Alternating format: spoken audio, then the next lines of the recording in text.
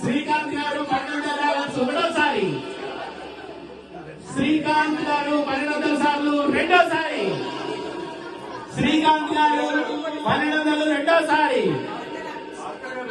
శ్రీకాంత్ గారు 1200 రెండోసారి,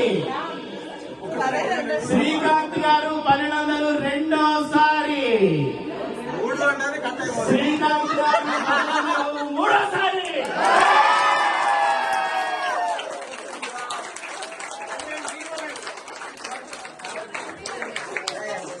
శ్రీకాంత్ గారిని ఆయన గణేశుడు ఆయుర ఆరోగ్యాలతో అష్టైశ్వర్యాలతో కూడా ఎల్లవేళలా కాపాడాలని చెప్పేసి ఎటువంటి పని చేస్తున్నా కూడా సర్వ విఘ్నాలు తిరిగిపోయి వారి కుటుంబాన్ని వారి పిల్లల్ని కూడా చక్కగా విద్యాబుద్ధులతో మంచి, ఎందుకంటే గణపతి విద్యా గణపతి అండి. ఆయన సరస్వభావం ఘంటం కనుక పట్టుకున్నాడు అని అంటే ఆపరేడు. వ్యాసమహాముని మహాభారతాన్ని రాస్తూ ఆయన ఎవరు నాకు నేను చెప్తుంటే ఆ ఫ్లోరింగ్ కి ఎవరు రాయగలరు ఏంటి అని అంటే ఎవరు రాలేదండి ముందుకి.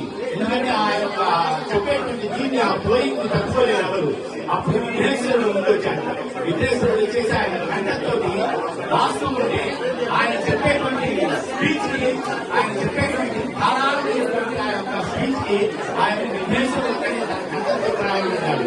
కనుక అలాంటి బుద్ధులన్నీ కూడా మీ పిల్లలకి వచ్చేసి మంచి పొజిషన్ లో ఉండాలని ఆ భగవంతుని మనసారా ప్రార్థిస్తూ ఈ రోజు అందరం కూడా గుర్తుండగా మళ్ళీ వచ్చే సంవత్సరం వాళ్ళు అందరూ కూడా మంచి పొజిషన్ లో ఉంది.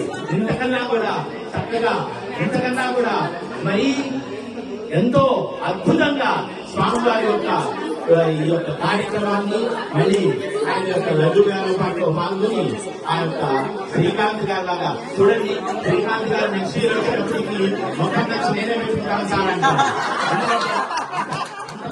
వెళ్ళిపోతారు ఆ స్వామివారి దేవుడు. ఆ స్వామివారి దేవుడు ఎల్లప్పుడూ వారి కుటుంబంలో ఉండాలని అవకాశం ఇచ్చినటువంటి అందరికీ కూడా నమస్కారాలు తెలుసుకుంటూ థ్యాంక్ యూ వెరీ మచ్.